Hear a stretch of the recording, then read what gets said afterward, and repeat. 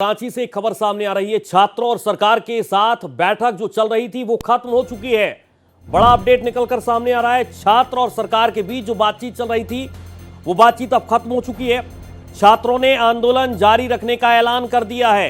बैठक में सभी मुद्दों पर सहमति नहीं बनी। मीटिंग में कई मुद्दों पर सहमति नहीं बनी। सीबीआई जांच की मांग को लेकर सहमति नहीं बनी और इसीलिए छात्रों ने अब ये कह दिया है कि वो मानने वाले नहीं है, वो रुकने वाले नहीं है और उनका धरना प्रदर्शन और हड़ताल जारी रहेगी। आंदोलन जारी रहने का जिक्र छात्रों की तरफ से कर दिया गया।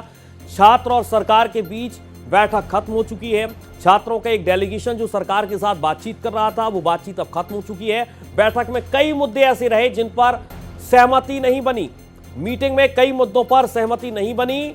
सीबीआई जांच की मांग को लेकर भी सरकार और छात्रों के बीच सहमति नहीं बनी। छात्रों और सरकार के साथ जो बैठक चल रही थी, तीसरे दौर की बातचीत, वो खत्म हो चुकी है। सीधे चलेंगे अपने संवाददाता मधुकर आनंद का रुख करेंगे। मधुकर, अब फिलहाल तो कोई हल, कोई समाधान निकलता हुआ नजर नहीं आ रहा है।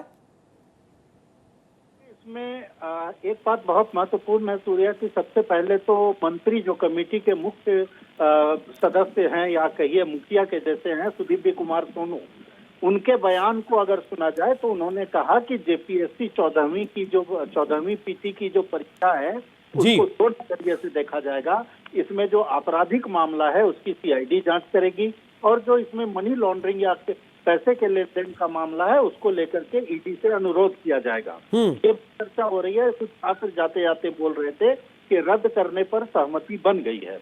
और दूसरी तरफ देखा जाए तो बैकलॉग जो सीडीपीएल के खिलाफ सीआईडी और ईडी जांच का भरोसा दिलाया गया है जी। अब रिटायर्ड जज की अध्यक्षता में एक कमेटी गठन की बात कही गई है।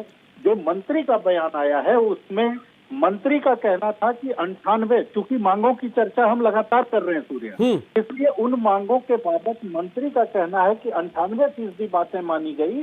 दूसरी तरफ छात्रों का कहना है कि बमुश्किल 50% बातें मानी गई।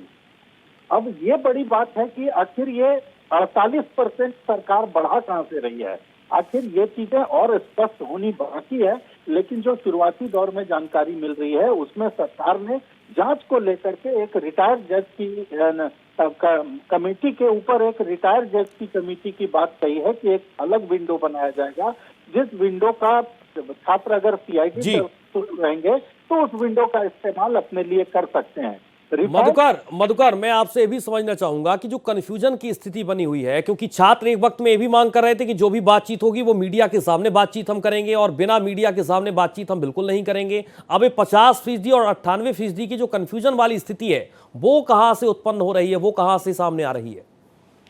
देखिए, जिस तरह से शुरुआती दौर से ही छात्रों की मांग थी कि सारी जांच जो है वो सीबीआई से कराई जाए, ईडी से कराई जाए। ईडी की बात तो सरकार ने स्वीकार की, लेकिन सीबीआई की बात नहीं स्वीकार की।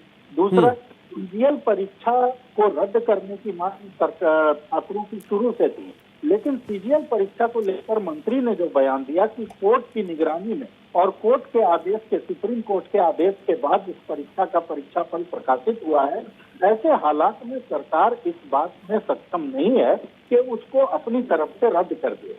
तो यहाँ पर छात्रों की बात जो है, मांग जो है वो नहीं मानी गई। तो इस तरह से कई बातें हैं जिसको लेकर के छात्र ये कह रहे हैं कि मुश्किल से 50%, एक आध छात्र तो यही कह रहे थे कि 15 से 20% मांग पूरी हुई।